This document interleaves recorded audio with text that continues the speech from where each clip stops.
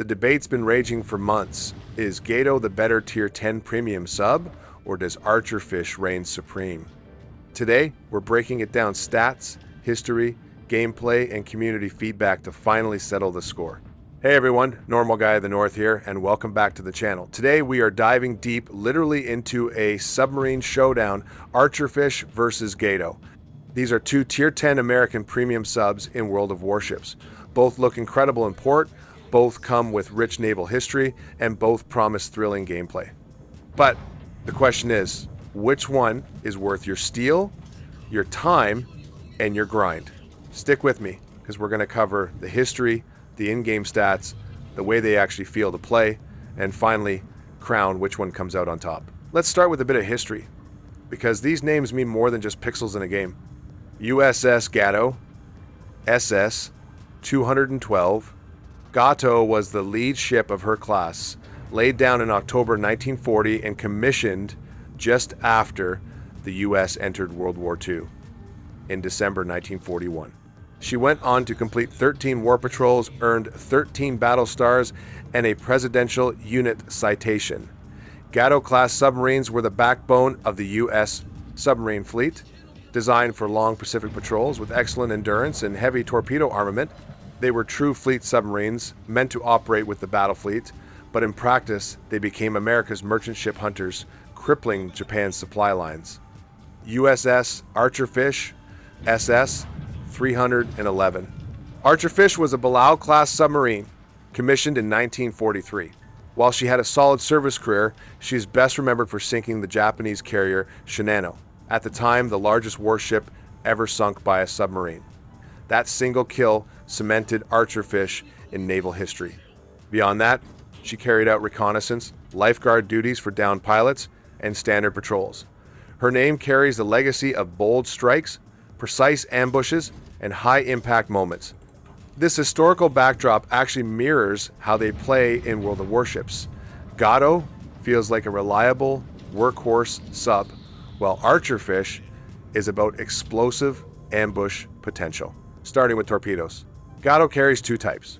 First, her long-range conventional torpedoes, slower reloading, but they let you strike safely from a distance. Perfect for attrition play. Second, she's got her short-range homing torpedoes, which are quick but weaker, mostly for defense or finishing off a damaged ship that charges you. The problem? If you whiff a salvo of regular torps, that long reload really hurts. Archerfish's system works differently. She reloads one torpedo at a time rather than in groups, which means she can stay in the fight more consistently. Her homing torpedoes hit harder than Gato's, and with faster reload cycles, she can keep up constant pressure. She's less about long-range harassment and more about getting in, striking, and maintaining tempo. Next, the sonar ping mechanics. Gato has a fairly average sonar, decent ping, velocity, and duration. Nothing special, nothing weak. It does its job. Archerfish turns up the volume here. Her sonar ping is much faster and her sector is wider, making it noticeably easier to land double pings. But here's the trade-off. The ping duration is shorter. That means if you want to keep a target lit, you've got to keep working. She rewards constant engagement, not passive play, moving to dive capacity and battery management. Gato has solid underwater endurance and respectable recharge. She's forgiving. If you mismanage things a little, you can dive, surface, and repeat without as much punishment. Archerfish has a massive battery pool, which at first sounds amazing. She can stay under for a long time. But when you do finally surface, that recharge is painfully slow. This forces you to plan ahead. If you burn too much battery and then get forced into another dive, you're in serious trouble. Archerfish is powerful here, but punishes sloppy energy management. Now let's talk speed and handling. On the surface, Gato feels pretty good. She has enough speed to reposition between strikes, but underwater she's sluggish, and once detected, escaping can be rough. Archerfish isn't dramatically faster underwater, but she has more tools to bail herself out. Her engine boost consumable can give her that little kick she needs to survive, and her combat instructions can shave seconds off cooldowns when triggered. And that brings us to consumables. Gato plays it classic, hydrophone and submarine surveillance. They're reliable, they help her hunt, and they're easy to use. Archerfish is loaded for bear. She's got hydrophone, submarine surveillance, damage control, reserve battery unit, engine boost, and the star of the show, combat instructions. Every time you land hits or provide spotting, you charge a special meter. Once it's full, you activate a reload boost for both torpedoes and consumables. It turns her into a short-term powerhouse, rewarding aggressive play and sharp positioning. So, in summary, Gato is steady, reliable, and safer.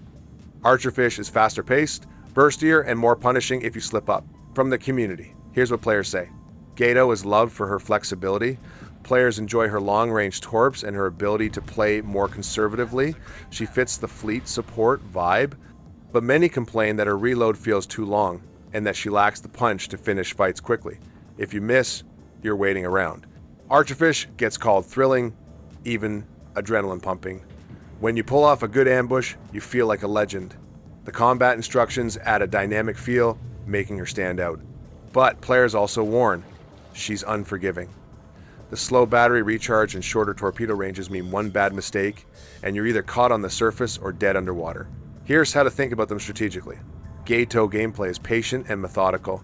Stay at mid to long range, use your long range torps for steady damage, and rely on hydrophone to spot destroyers and other subs. Don't overcommit, you're not built for brawls.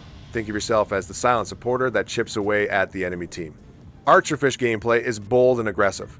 She excels at ambushes and isolated targets. Use your quick reloading torpedoes to keep opponents under constant threat. Manage your massive battery pool. Carefully dive when you must, but don't waste time submerged unless it's tactical. Your combat instructions are your ace. Set them up and then unleash burst damage when enemies least expect it. So, which one is better? The truth is, it depends on you. If you want a reliable all-rounder, forgiving of mistakes, and better for steady support play, Gato is the safer bet. If you want explosive ambushes, dynamic gameplay, and you're willing to manage risks carefully, Archerfish is more rewarding. For the majority of players, I'd say Gato edges out overall because of her safer playstyle, but for veterans, risk takers, and players who enjoy living on the edge, Archerfish is the sub that can deliver unforgettable matches. So there you have it. Archerfish versus Gato, two legendary Tier 10 American submarines with very different personalities. Which one fits your playstyle best? Let me know in the comments below. If you enjoyed this breakdown, make sure to click on the videos you see on screen for more World of Warships content.